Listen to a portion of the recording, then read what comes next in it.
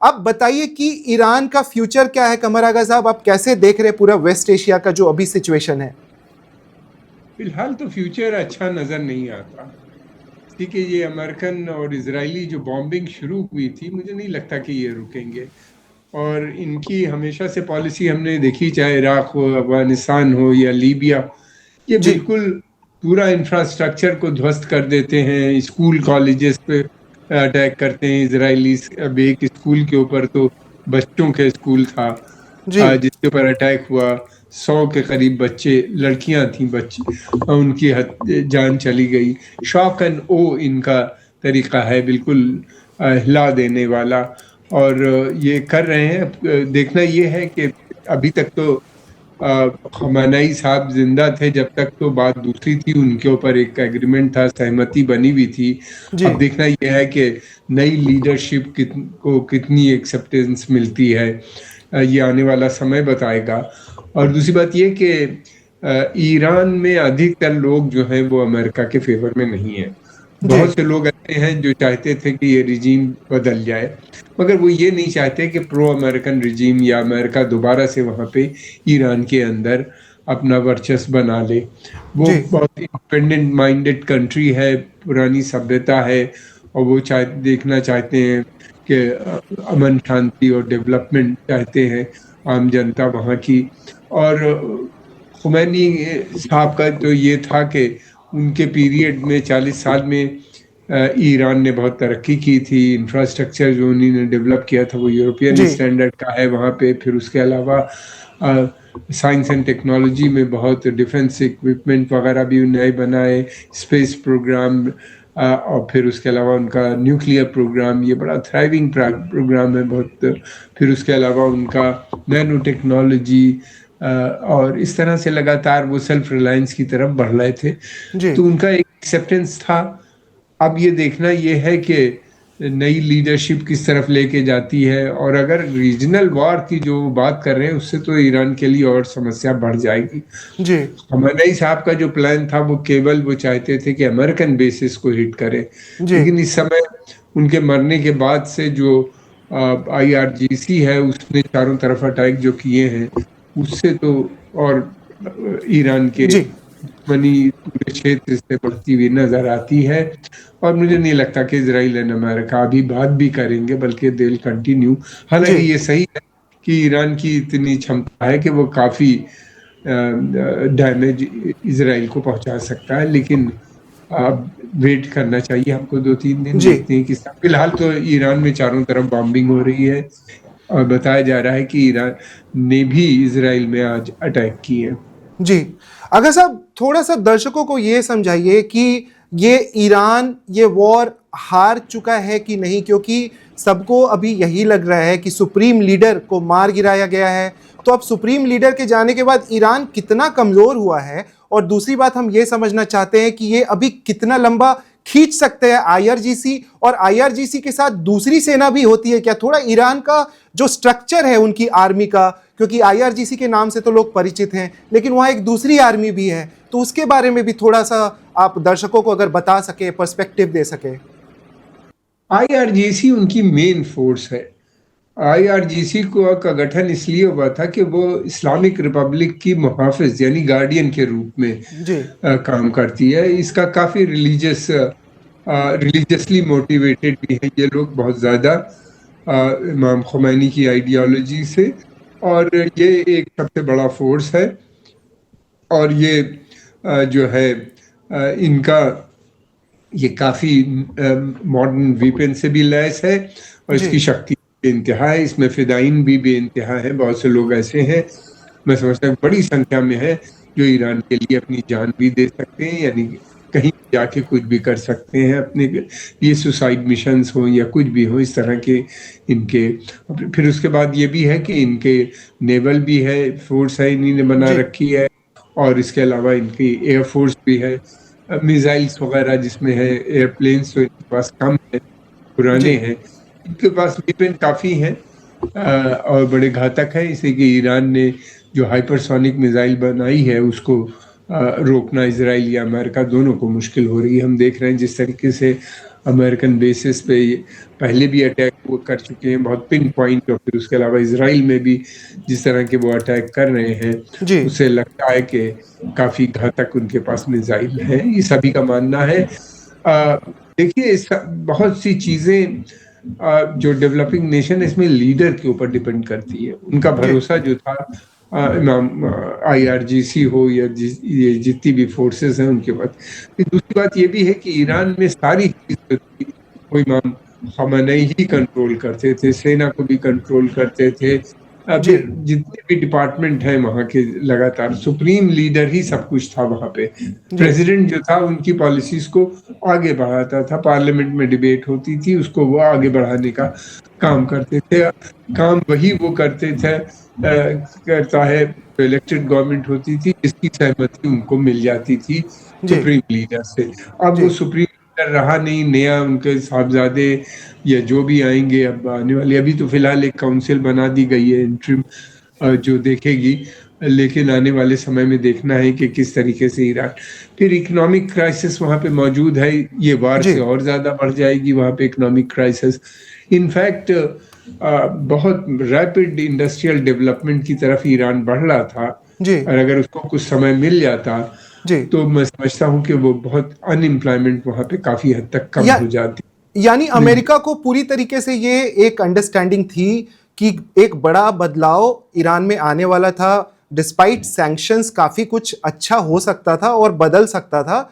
तो ये बहुत ही एक लंबी सोची समझी रणनीति है कि ये एक, जैसे ट्रंप दिखाते हैं कि हमने सडनली ये 2-3 महीने में पूरा प्लान किया और मारा, क्योंकि हम जानते हैं कि सीरिया में क्या हुआ। सीरिया में अब कोई उनका समर्थन नहीं है ईरान का।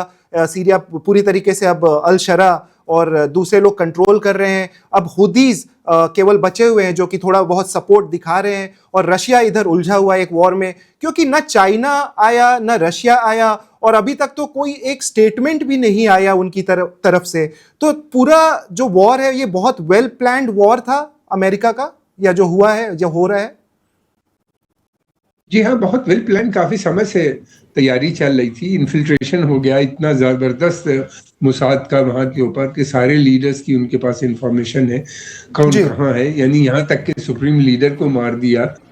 ये तो बहुत बड़ी बात है। इसके मतलब ये कि कोई मोल था वहाँ पे जो उनको इंफॉर्मेशन दे रहा था कि जी कहाँ पे हैं वो, कब का है उनको। फिर दूसरी बात ये कि इनका बेसिक प्लान रिजीम चेंज का नहीं है, इनका बेसिक प्लान ये है कि जो इनकी इनकी टॉप लीडरशिप है इस समय, हार्ड लाइनर, जी उनको एलिमिनेट कर दो ताकि मॉडरेट को फिर मजबूर कर दो कि वो अमेरिका के साथ डील कर ले। जी फिलहाल इनका प्रोग्राम ये, अमेरिकन इससे भी घबराते हैं कि कहीं ऐसा ना हो कि इस्लामिक रिजीम कोलैप्स हो जाए, उसके बाद वहाँ पे डेमोक्रेसी आ जाए। अगर डेमोक्रेसी आएगी तो फिर वो नेशनलिज्म प्रमोट करेगी, जैसा पहले कर चुकी है मुसद्दिक के पीरियड में। फिर मुसद्दिक को हटाना पड़ा था, अमेरिकन और ब्रिटेन ने मिल के एक कू ऑर्गेनाइज किया था। जी 1953 में उन्होंने ऑयल को नेशनलाइज कर दिया था। तो वो नहीं चाहते कि कोई नेशनलिस्ट गवर्नमेंट या कोई डेमोक्रेटिक गवर्नमेंट ईरान में आए, इसलिए कि उससे लड़ना अमेरिका के लिए ये आइडियोलॉजिकली भी बहुत मुश्किल बड़ा ही डिफरेंट बात आपने बोली आगा साहब, कि यूएस नहीं चाहेगा कि एक डेमोक्रेटिक गवर्नमेंट आए। हमारे साथ दूसरे गेस्ट भी जुड़े हैं, तेजावत साहब हैं, चतुर्वेदी साहब हैं, उनके पास भी जाएंगे। थोड़ा सा पहले आप एक बार बता दीजिए एक कमेंट कि आपने ऐसा क्यों बोला, क्योंकि वो तो बात ही करते हैं डेमोक्रेसी की, और रेजा पहलवी बनेंगे कि पेजेस्कियान को ट्रंप अपना एक हथियार बना सकते हैं। कौन एक नया चेहरा आ सकता है? और आपने जैसे बोला कि वो नहीं चाहेंगे कि डेमोक्रेसी आए, तब तो पेजेस्कियान एक अच्छा ऑप्शन हो सकते हैं ट्रंप के लिए। उसके बाद तेजावत साहब के पास जाएंगे। जी देखिए क्या होगा ये तो आने वाला समय बताएगा, मैं तो नहीं बता सकता। लेकिन आपने बोला कि वो अमेरिका डेमोक्रेसी नहीं चाहेगा, नहीं तो उनके लिए अमेरिका घातक साबित हो सकता है।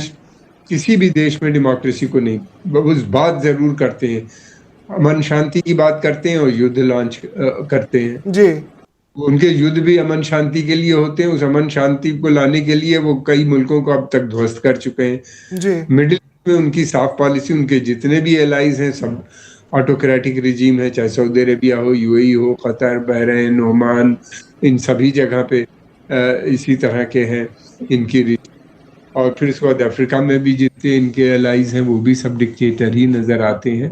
जी तो डेमोक्रेटिक रिजीम्स जो होती है वो अपने इंटरेस्ट में काम करती है, वो अमेरिकन इंटरेस्ट को प्रमोट नहीं करेगी। जी इनको चाहिए ऐसी गवर्नमेंट जो उनके इंटरेस्ट को प्रमोट करे।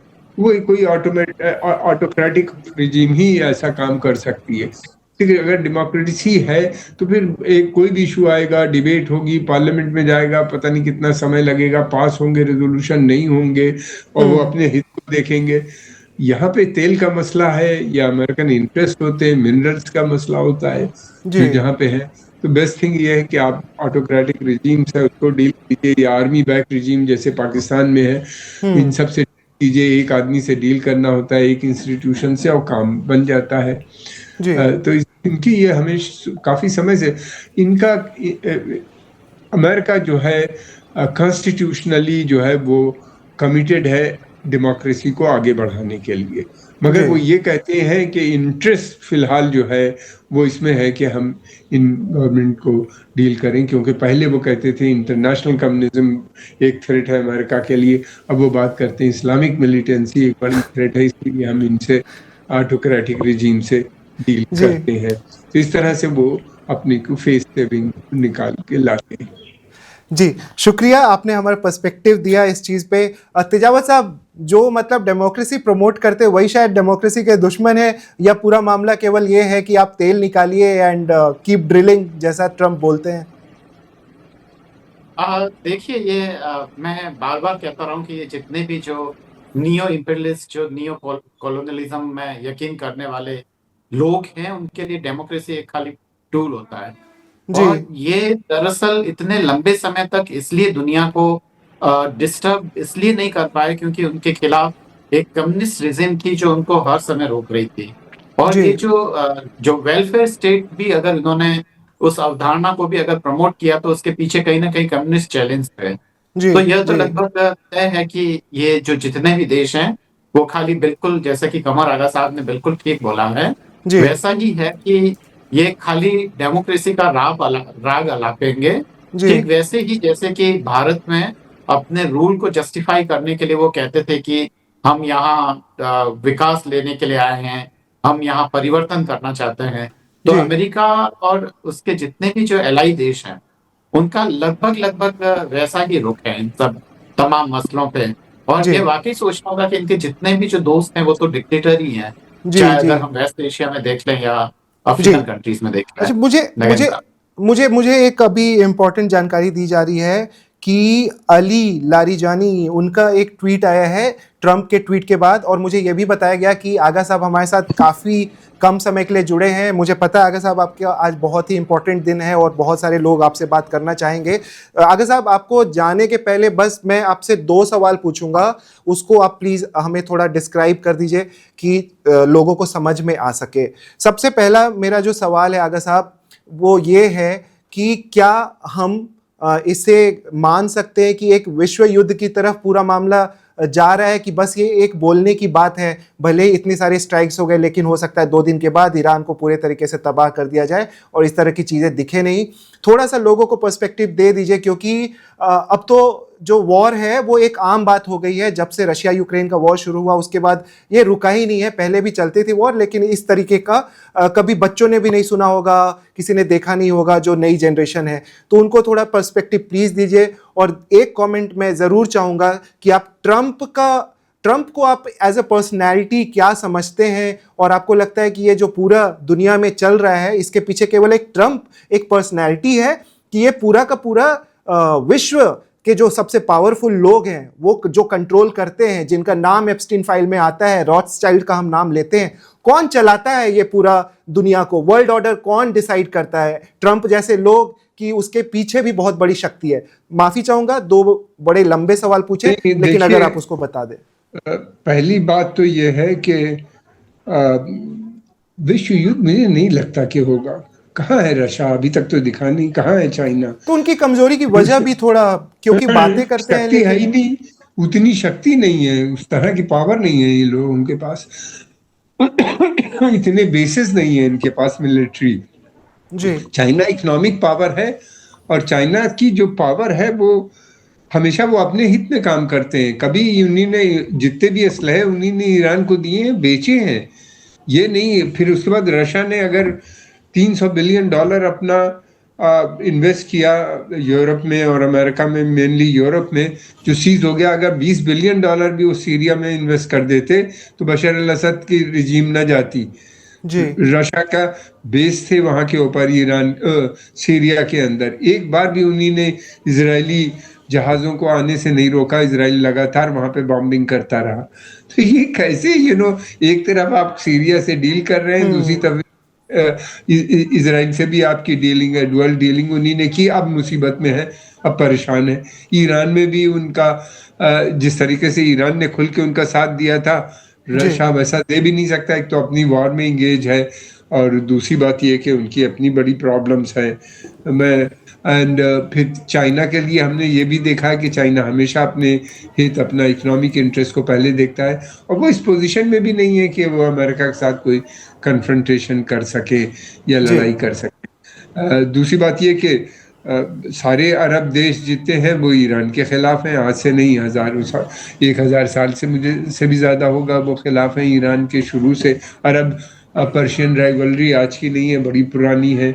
दो जी सभ्यताओं की लड़ाई है और ईरानियन सभ्यता कंटिन्यूअस है, बड़ी प्रोग्रेसिव है रही है, और हाईली डेवलप लोग हैं, पढ़े लिखे लोग हैं। ईरान जो है वो एक नेशन ऑफ एजुकेटेड पीपल कहलाता है, इतना ज़्यादा। हालांकि शाह के पीरियड में इनकी हालात बहुत ख़राब थे, इतनी एजुकेशन भी नहीं थी जी जितनी लेकिन सर रेवोल्यूशन के बहुत सारी बाद आई। फोटोज वायरल होती थी कि औरतें स्कर्ट में दिख रही है, बहुत ज्यादा आजादी है और बहुत ही अलग अरे माहौल है। भाई, स्कर्ट में दिखने से थोड़ी ना होता है कि तरक्की लेकिन हो वही गई। फोटोज वो वायरल होके एक नहीं, अलग वो रूप बताती थी ईरान का। एक औरतें था वहां सिगरेट के पीते ऊपर। हुए एंड ऑल। जी औरतें आज भी वहां सिगरेट पीती हैं, स्कर्ट आज भी पहनती हैं, उसके ऊपर से एक चादर हो जाता डाल लेती हैं। दूसरी बात यह है कि उस समय जो ईरान था शाह के पीरियड में, वो तेहरान, इस्फहान और 3-4 सेंटर थे, और जी सारा पैसा दौलत जो थी वहां पे सेना की थी, या रॉयलिस्ट, जो रॉयल फैमिली से जो रॉयलिस्ट कहलाते थे, जो आज जी भी हैं यूरोप में बहुत पैसे वाले, जी उनके पास थी। आम जनता बहुत देहातों में और छोटे शहरों में काफ़ी गरीब थी, गुर्बत थी, जिसका पता नहीं था। नाइट लाइफ थी, क्लब्स थे, ये सारी चीज़ें थी। अमेरिकन सोल्जर्स थे, उनके हिसाब से बनाई गई थी जी ताकि वो एंजॉय भी कर सकें। और इस रेवोल्यूशन में आने के बाद वो सब ख़त्म हो गई। इनका कंसंट्रेशन ये था कि हम एजुकेशन देंगे। दूसरी चीज देखिए, कोई रिजीम परफेक्ट नहीं होती। जी इनके यहाँ भी बड़ी प्रॉब्लम्स थी, ह्यूमन राइट्स को लेके बड़ी प्रॉब्लम थी। इमाम खमेनी जो थे वो चाहते थे, जैसा वो सोचते थे, चाहते थे कि पूरा देश उस तरह से करे, तो एक टेंशन रहता था। और जनता चाहती थी, एक सेक्शन था जो चाहता था कि रिजीम चेंज हो वहाँ, लेकिन जी वो बहुत बड़ा नहीं था। दूसरी बात ये कि वो चाहते तो थे रिजीम चेंज हो, मगर डेमोक्रेसी आए। वो ये नहीं चाहते थे कि ये रिजीम जाए और वहाँ के ऊपर अमेरिकन बैक्ड कोई रिजीम आ जाए, जैसे अब वेनेजुएला में हो गया। वो ईरानी इसको कभी नहीं एक्सेप्ट करेंगे।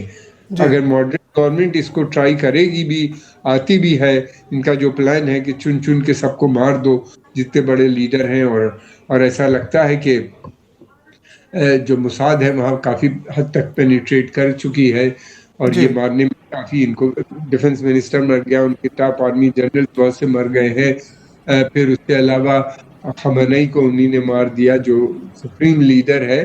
जी और फिर ये जो सोच रहे हैं कि अमेरिकन वहाँ के ऊपर एक मॉडरेट आ जाएंगे सत्ता में, तो फिर उसके बाद वो उनसे जो है अपना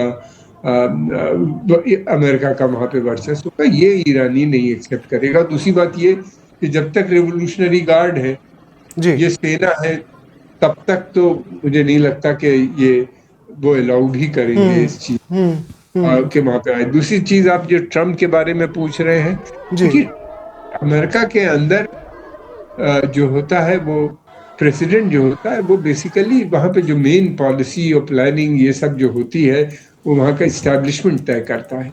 जी ये बहुत पुराना इस्टेब्लिशमेंट का जॉर्ज बुश के समय से ये प्लान था कि तेल के ऊपर कब्जा होना चाहिए। ये पूरा ये जितनी भी इस समय वार हो रही है या पिछले दिनों से जो हम देख रहे हैं, जितनी भी वार हुई, चाहे लीबिया में हुआ, इराक में हुआ, या सीरिया में हुआ, या वेनेजुएला में हुआ, या अब ईरान में हो रही है, ये सब ऑयल वार है, ऑयल के ऊपर कब्जा कर। फिर ईरान जो है वो स्ट्रेटेजिकली बहुत लोकेटेड है। एक तरफ तो इसके बॉर्डर पाकिस्तान, पहले इंडिया से मिलता था जब पाकिस्तान नहीं था, दूसरी तरफ इराक से मिलता है, सेंट्रल एशिया की कई रिपब्लिक से मिलता है, कॉकेशस रीजन से जाके मिलता है इसका अजरबैजान के थ्रू। तो रिवर के दूसरी तरफ रशिया है, तो बहुत ही स्ट्रेटेजिकली। और फिर दूसरी ये कि अमेरिका का जो प्लान है कि ईरान पहले इराक में रिजीम चेंज करो, प्रो अमेरिकन बनाओ, फिर ईरान की रिजीम इराक की मदद से चेंज करो, जो नहीं कर पाए, फिर वहां से सेंट्रल एशिया जाओ, सेंट्रल एशिया में रशियन इन्फ्लुएंस है, उसको न्यूट्रलाइज करो। तो इनका तो बहुत बड़ा प्लान है। अब कितनी कामयाबी मिलेगी, लेकिन होगा ये कि इसके चलते हुए मुझे लगता है कि अराजकता फैलने का भी डर है। और रीजन न्यू मिडिल ईस्ट बनाने की बात बता रहे हैं। प्रेसिडेंट ट्रम्प जो है, ये एक नया एजेंडा लेके आए हैं जो अमेरिकन पॉलिसी से थोड़ा फर्क है। ये एक तरफ तो पुराना जो एजेंडा है तेल पे कब्जा करने का, वो तो है, दूसरी तरफ ये भी है कि ये अपना जो वर्चस्व बना रहे हैं अमेरिका के अंदर। मेक अमेरिका ग्रेट अगेन मागा मूवमेंट हुआ है, जिसने ट्रेडिशनल जो उनकी रिपब्लिकन पार्टी को बिल्कुल कमज़ोर कर दिया है, बल्कि ये मूवमेंट ने टेक ओवर कर लिया है। और कहाँ तक कामयाबी मिलेगी ये मुश्किल है, इसलिए कि अमेरिका के अंदर बहुत इकोनॉमिक प्रॉब्लम्स है। और दूसरी ये भी है कि ट्रम्प के खिलाफ भी बहुत से लोग हो रहे हैं वहाँ पे। खुद इनके जो मेगा मूवमेंट है, इन्होंने प्रॉमिस किया था कि कोई युद्ध नहीं करेंगे, वो अमन शांति रखेंगे, अमेरिका को में इन्वेस्टमेंट करेंगे, बाहर से लेके आएंगे, जो जितने भी इलीगल माइग्रेंट्स हैं उनको बाहर निकालेंगे, और जो माइग्रेंट हैं उनको भी कम नए को आने नहीं देंगे, लोकल लोगों को जॉब्स मिलेगी, और दोबारा से अमेरिका एक मिडिल क्लास सोसाइटी बना। ये तो ख्वाब की बातें हैं, अब जो संभव नहीं है, इसलिए इनका काफ़ी अपोजिशन भी हो रहा है। और मुझे लगता है कि 1 साल के अंदर इनके लिए काफ़ी मुश्किल भी अमेरिका के अंदर खड़ी हो जाएगी। दूसरा इनका ट्रेडिशनल अलायंस था एंग्लो सैक्सन, वो मेक अमेरिका ग्रेट अगेन मागा मूवमेंट ने उसको बिल्कुल काउंटर कर रखा है। यूनाइटेड नेशन का जो अमेरिका का एक वो था उसूल के rule based policy, rule based systems के ऊपर वो बात करते थे, जो यूनाइटेड नेशन जिसके तहत था, उसको भी इन्होंने बिल्कुल साइडलाइन कर दिया है। और जो ट्रेडिशनल एलाई थी like Britain, France, Canada, Australia, 5 eyes जिन्हें कहा जाता था, उनसे भी इनके रिलेशन अच्छे नहीं है। और फिर जो वो है नेटो, उसमें भी काफ़ी हड़कम नज़र आती है। जिस तरह की ये पॉलिसी और बातचीत कर रहे हैं, उससे अमेरिका के प्रति यूरोप में भी काफ़ी चिंता है। और फिर ग्लोबली भी जिस तरीके के ये युद्ध हो रहे हैं, मिडिल ईस्ट अभी तक एटलीस्ट ये पार्ट जो था ये काफ़ी स्टेबल था, ये भी इनस्टेबल होता हुआ नज़र आता है। धन्यवाद। शुक्रिया कमर आगा साहब, आपने वक्त दिया और बहुत ही अच्छे से हमें समझाया कि ट्रम्प के दिमाग में क्या चल रहा है और यूएस के दिमाग में क्या चल रहा है। पैनल में आपके पास तो बड़ा अच्छा पैनल है, मैं सुन रहा था। जी शुक्रिया। Subscribe to One India and never miss an update. Download the One India app now.